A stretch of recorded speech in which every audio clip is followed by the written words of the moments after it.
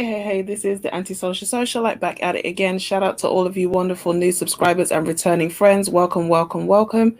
If you are new to the channel, you have not yet subscribed, what are you waiting for, darling? Hit that subscribe button, smash that notification bell. So when I get to running this mouth, baby, you are in the loop. I want to salute all of the new Instagram followers, all of you guys who've joined me on Twitter and even subscribed over here. If you are new, please shout yourself out into the comments because we do appreciate you. So you see the title, you know why you're here. First, I want to say condolences, obviously, to the family of Tupac. Yesterday would have been his birthday. He would have been the big 5-0. So shout out to him, one of the forefathers of the current rap movement. We all know we wouldn't have the rap that we have today, love it or loathe it, if it wasn't for brothers like Tupac. Once again, Jada Pinkett has gone out on social media and she's kind of put her feelings out there. Yesterday, she took to Instagram and she wanted to share some poetry that hasn't been seen before of Tupac. So we're going to look at what she saw or what she said in the poetry, and I'm going to give you my thoughts on this entire situation. Yeah. As many of you know, today is Pac's birthday. He would have been 50 this year.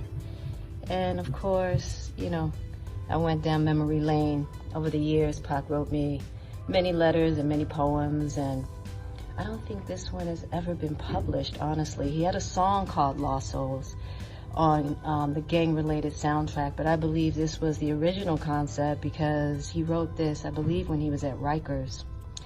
And I was like, I don't think he would have minded that I share this with you guys. Some say nothing gold can last forever. And to believe this, I need no proof. I have witnessed all that was pure in me and be changed by the evil men can do. The innocence possessed by children once lived inside my soul, but surviving years with criminal peers has turned my warm heart to cold. I used to dream and fantasize, but now I'm scared to sleep, petrified not to live or die, but to awaken and still be me. It is true that nothing gold can last. We will all one day see death. When the purest hearts are torn apart, lost souls are all that's left. Down on my knees, I beg of God to save me from this fate. Let me live to see what was gold in me before it's all too late.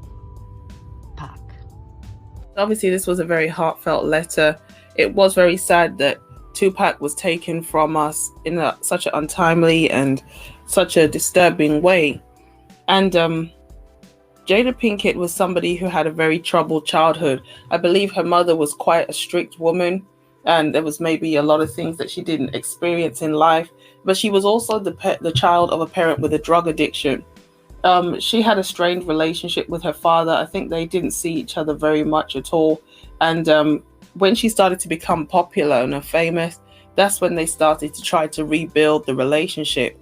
But unfortunately, despite the fact that she was trying, or maybe he was trying, they obviously had no connection. And not long before he passed away, I believe it was of a drug overdose, he actually said to certain things to her, and she said, "I owe you nothing." So Jada, to an extent, was a troubled young woman who had no real support system, it looks like. So when she came across Tupac at this art school, he became like a surrogate father to her. She was very close to him emotionally. He was there to care for her, to support her. And she actually said in an interview, this was actually 12 years ago, where she wept over over Tupac.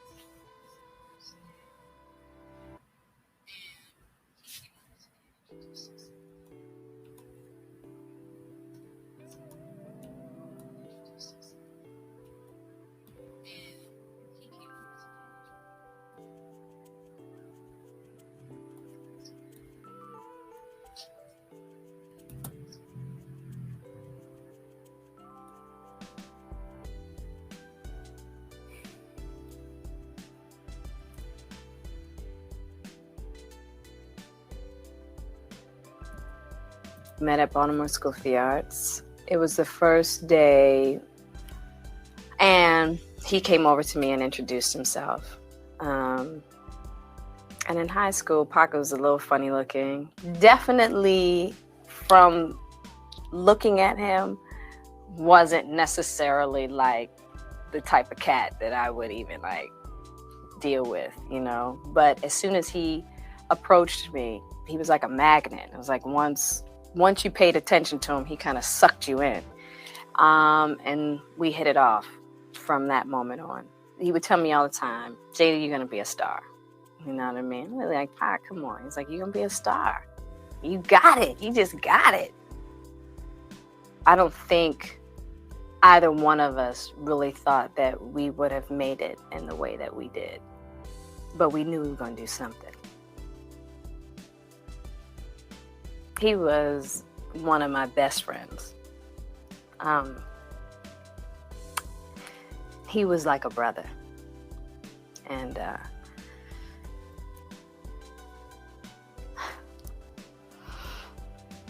sorry. He was I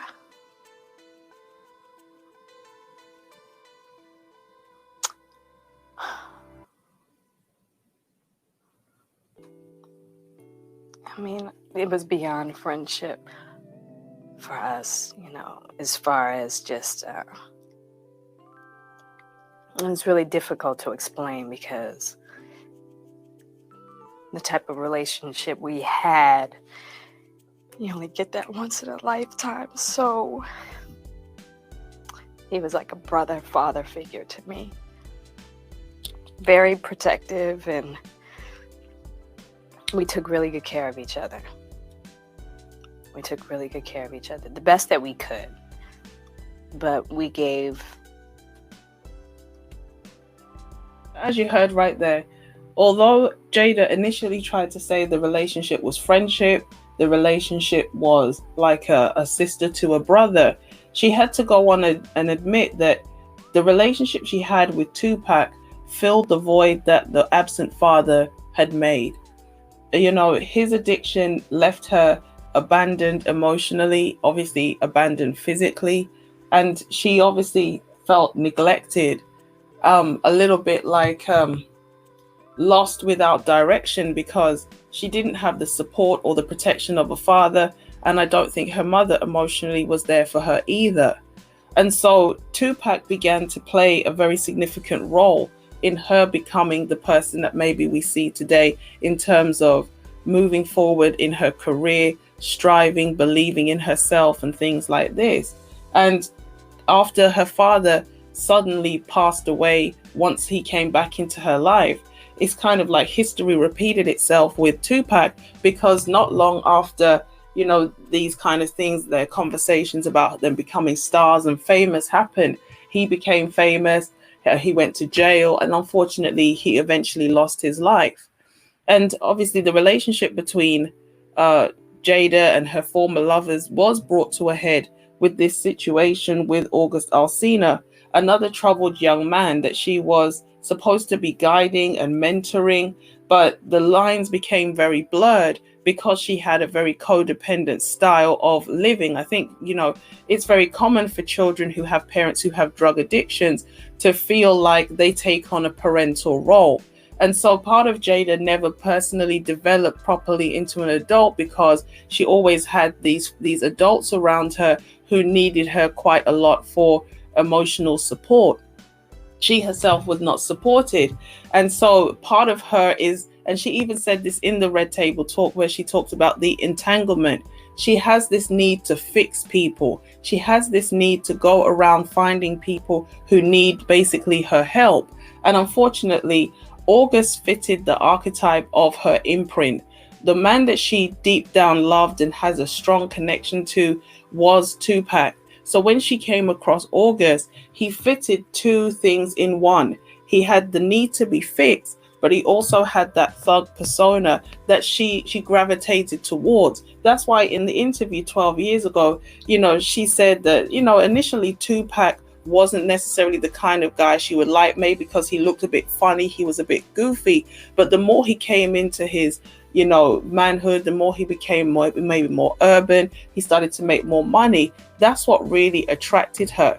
And a lot of the things that she never got to experience with Tupac that maybe deep down she longed to, she finally had an opportunity to at least recreate some of those situations that she longed for in this troubled young man. And so this was a little bit sad because obviously August was vulnerable. And it's not surprising that if she had a father who had a drug problem, she also gravitated to somebody else who had some kind of addiction and other kind of substance abuse issues and a life that was turbulent, because people gravitate to what is familiar, even when it's dysfunctional. So Will goes on to then talk about, or he was asked at the Breakfast Club some time ago, how did it feel knowing that your wife had such a strong relationship with Tupac? And let's hear what he had to say about that. Were you ever jealous of the love Jada had for Tupac? Oh my God, that dude! And that was in the early days. Yeah, that was in the early days, and it was like, that was a big regret for me too, because I could never open up to interact with Pac, and because we had a little bit of a thing, right? Because they grew up together, and they loved each other, but they never had that, they never had a sexual relationship. But they had come into that age where now that was a possibility, and then Jada was with me, so Pac had a little thing on that. But she just loved him like he was the image of perfection, but she was with the Fresh Prince, so it was like, I never could, like, even we were in a room together a couple times, I couldn't speak to him, and he wasn't going to speak to me if I wasn't going to speak to him. But really? It seemed like y'all would have so much in common. No, that's what Jada would say all the time. She was like, I'm telling you, y'all are so similar. You will love him. And I just never, that was a huge regret of mine. I couldn't handle it. I was the soft rapper from Philly, and he was Pac. Right. Well, at least he didn't do a diss song about you or nothing. I know, right? Exactly. But yeah, no, I was deeply insecure, and just I wasn't man enough to handle that relationship. I gotta get over. Now, one thing I didn't like about that interview that Will Smith gave right there is he turned around and said, I was very insecure. We often hear women say this, that if a man has an issue with a woman's behavior, the way she dresses, her activity on social media, it's nothing to do with her. It's actually something to do with him. Now, I can't say that Will should have dominated his wife, or that he should have told her, don't have connections with this man, because obviously the situation with Jada is a little bit different. It's not like somebody who they just had a romantic relationship and it was supposed to be over and done with. This was somebody who was her support system, a best friend, like a father figure. And so Will Smith, being as sympathetic as he was, he opened up a situation for Jada to basically be looking in two directions at the same time. I think that Will hoped that if he just stayed with Jada long enough, maybe if he loved her enough, if he provided for her enough, if he basically gave her the room that she claimed to need, or he assumed she would need, that the feelings for Tupac would just dissipate. But what we can see is decades later, sadly after his passing, she's not only holding on to those feelings, but she's still expressing them in a way that she longs and pines for this other man. Jada's daughter, Willow, she came out and said some time ago that she had some resentment towards Will. Now, obviously, being the child of celebrities is tough. You're born into stardom. There's a lot of pressure on you to perform and maybe follow in your parents' footsteps. We know they're both actors and actresses. On top of it, Will always pursued his musical career. He's won numerous awards. He's highly accomplished. And so there's a lot of pressure already on them to be performers.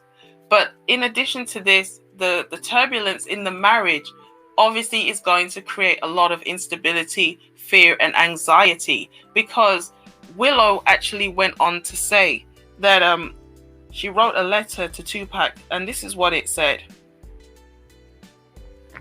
It says, "Dear Tupac, I know you are alive someplace. I think that my mommy really misses you. Can you please come, and can you come back so mommy and me can be happy? I wish you were here. I really do." And it must be very heartbreaking for Will Smith to actually know that not only his mother, but now his own daughter are pining for another man. That he is, in their eyes, not enough to satisfy them. The level of desire to be with Tupac is so strong that even the children not only pick up on it, they know who the object of that affection is. That means Jada is talking about Tupac. Maybe she's wearing his t-shirt. Maybe his pictures are around the home. I mean, how does a small child know that mommy is in love with another man to the point where, she's writing letters to him to come back? And obviously there was the big conspiracy theory that maybe Tupac is alive somewhere. But, whether he was or is or not, the fact that his absence is causing such a disturbance in the marriage, it begs the question, did this contribute to the mental health problems and the depression and the anxiety that the children face? I know that Will Smith is a driven person. He says himself that he's very much a perfectionist. He's very much career minded. If he's not acting, he's script writing and probably producing. He's on YouTube now and he's always doing things, and he always wanted to continue his music career. But part of me wonders, is he trying to run away from this dysfunctional house? Is he trying to find ways to just keep himself preoccupied so he doesn't have to think about how much in his wife's eyes he is just never enough? And he never had the courage. I know he says the issue is he regrets not confronting Tupac, maybe to say to him, can you leave my wife alone? Or can you, push her towards me instead of you? But part of me feels like Will Smith's biggest regret is not just speaking to him and saying, let's just bury this thing. Can you come out of my wife's life or something? Will Smith's biggest regret is not having the courage to put his foot down on the relationship. To say that at the end of the day, if you can't be with me 100%, then we need to separate. Because Will Smith loved Jada maybe more than she loved him. And it's become more and more apparent that she was looking for a substitute in Tupac. He was a rapper, but he wasn't the same kind of urban, street kind of person that Tupac was. And it probably crushes Will Smith every day to know that his wife, she picked him as the second place. She picked him as the man who was going to be the runner-up, the not so quite authentic substitute for the man she really wanted. And whereas, she could have at least left him and gone to Tupac, with him not being around, there's always a part of her that's looking back, wondering what if. Now, what I'm going to say is a little bit controversial. I can understand why Jada kept the letters. At the end of the day, they had a special relationship because she had no support. And at a time in her life where she was very young and very vulnerable, Tupac really made an impression on her. And as I said before, not having a father figure meant that she was gravitating towards men that were going to show her that non-sexual commitment. And so I'm not going to necessarily criticize Jada too much for the sentimental value of the letters. They're obviously valuable because they come from Tupac's own hands, but they're valuable for a number of other sentimental reasons. My biggest issue with this situation is why Jada continually humiliates her husband and dragging her entire family through this emotional turmoil. Because at the end of the day, once you get married, your former life has to go in a box. I understand that you have strong feelings for that person, but those strong feelings shouldn't impede in your ability to be a wife and a mother committed to your family. The fact that your daughter's picking up on it, the fact that she's torn between, you know, Mummy's former friend and her biological father. She's losing respect for Will in her own eyes, because she's looking up at her dad thinking, why can't you control Mummy? Why can't you control this situation? There's a lot of instability. The fact that Jada is unhappy, the unhappiness didn't come from Will working a lot, as she said in the Red Table Talk. The unhappiness didn't come from him being career driven. It came from the fact that deep down her imprint and her desire was to be with another man. And when that man was no longer available, in her heart, in her mind, she feels like she settled for Will. And so no matter what he did for her, he could never fill the gap, the emotional and the mental support that she felt like she got from Tupac. And it was impacting everything. Maybe they thought having some children would bring them closer together, but it just dragged more people into the confusion. So as I said, I'm not going to criticize Jada for keeping the letters. And at the end of the day, Tupac was somebody very special to her. But what I will say is the fact that she keeps publicly embarrassing Will, bringing these things up, bringing their relationship up, bringing these past feelings up, bringing other men into the situation, despite the fact them saying they don't have an open relationship, it's actually crushing Will to the point where he's probably spending a lot of time working and doing other things just to distract himself. So let me know what you think about the whole Will and Jada situation, with Jada actually bringing out this box of memories. Once again, this public display of affection for Tupac and all the other things that have come out. Let me know what you think in the comment section. Share this video with somebody who needs to see it. Like and subscribe, and I'll catch you guys in the next one. Peace.